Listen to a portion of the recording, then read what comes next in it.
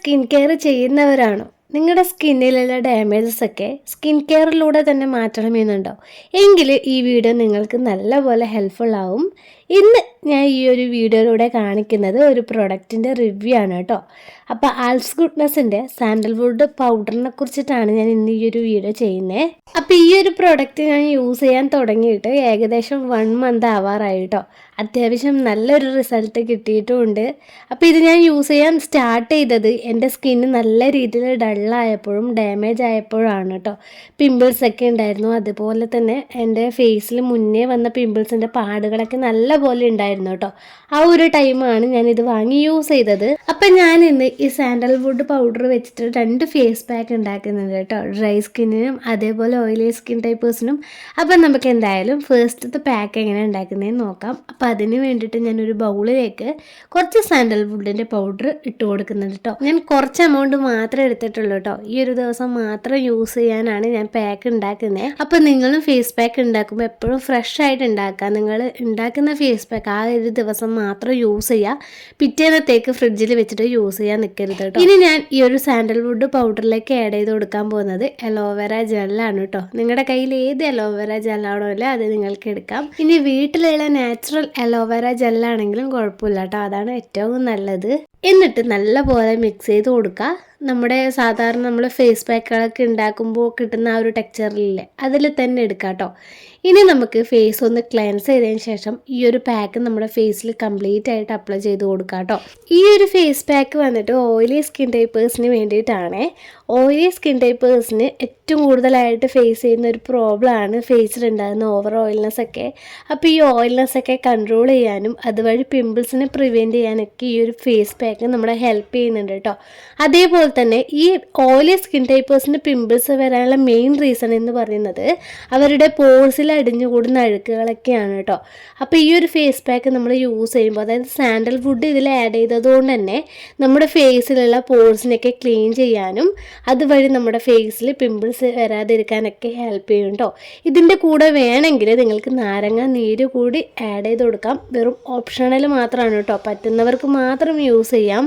ഇനി ഈ ഒരു പാക്ക് അപ്ലൈ ചെയ്തിട്ട് ഒരു 15 മിനിറ്റ് കഴിഞ്ഞാൽ നല്ല രീതിയിൽ ഡ്രൈ ആയിട്ട് വരും. ഇനി ചെറിയൊരു സ്ക്രബ് കൊടുത്തിട്ട് നമുക്ക് ഇത് റിമൂവ് ചെയ്ത് കളയാം. അപ്പോൾ പാക്ക് റിമൂവ് ചെയ്തപ്പോൾ കിട്ടിയ റിസൾട്ടാണ് ഇപ്പം നിങ്ങൾ കണ്ടുകൊണ്ടിരിക്കുന്നത്. നമ്മുടെ സ്കിന്ന് വന്നിട്ട് നല്ല രീതിയിൽ ഒന്ന് റീഫ്രഷ് ആവും. അതേപോലെ തന്നെ സോഫ്റ്റ് ആവും കേട്ടോ.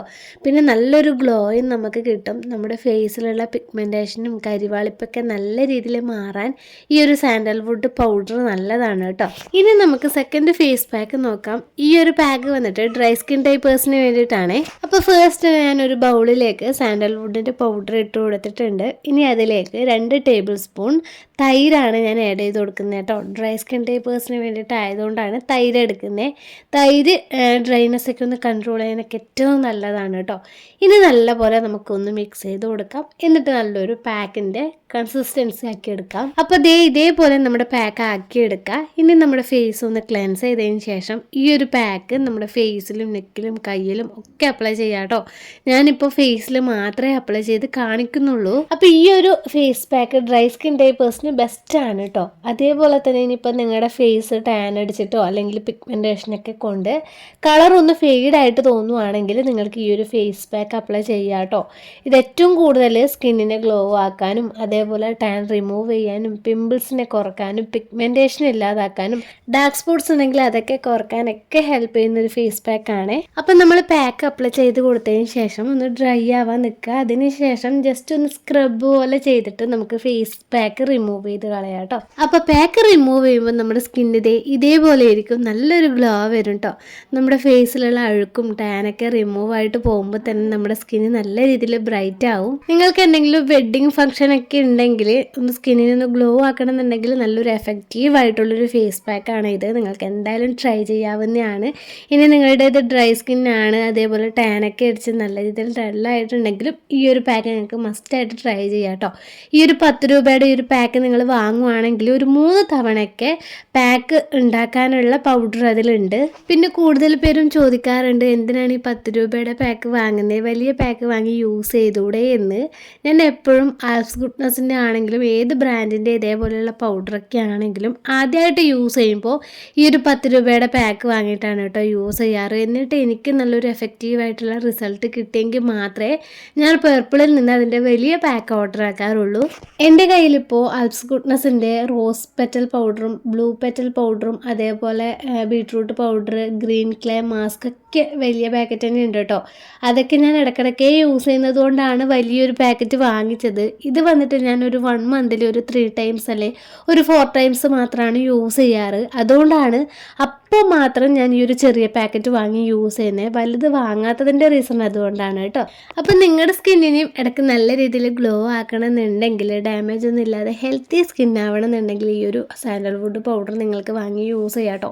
നല്ലതാണ്, സ്കിന്നിനൊന്ന് ഗ്ലോ ആക്കാനും ഹെൽത്തി ആക്കാനൊക്കെ നല്ലതാണ് കേട്ടോ. ഡാർക്ക് സ്പോട്ട്സ് ഒക്കെ നല്ല രീതിയിൽ റിമൂവ് ആയിട്ട് പോവും. അപ്പോൾ എല്ലാവർക്കും ഈ ഒരു വീഡിയോ ഹെൽപ്ഫുള്ളായി തോന്നുന്നു. നിങ്ങൾ ഇതുവരെ സാൻഡൽവുഡ് പൗഡർ യൂസ് ചെയ്തിട്ടില്ലെങ്കിൽ യൂസ് ചെയ്യാം കേട്ടോ. നല്ലൊരു ചേഞ്ച് നിങ്ങളുടെ സ്കിന്നിന് കിട്ടും.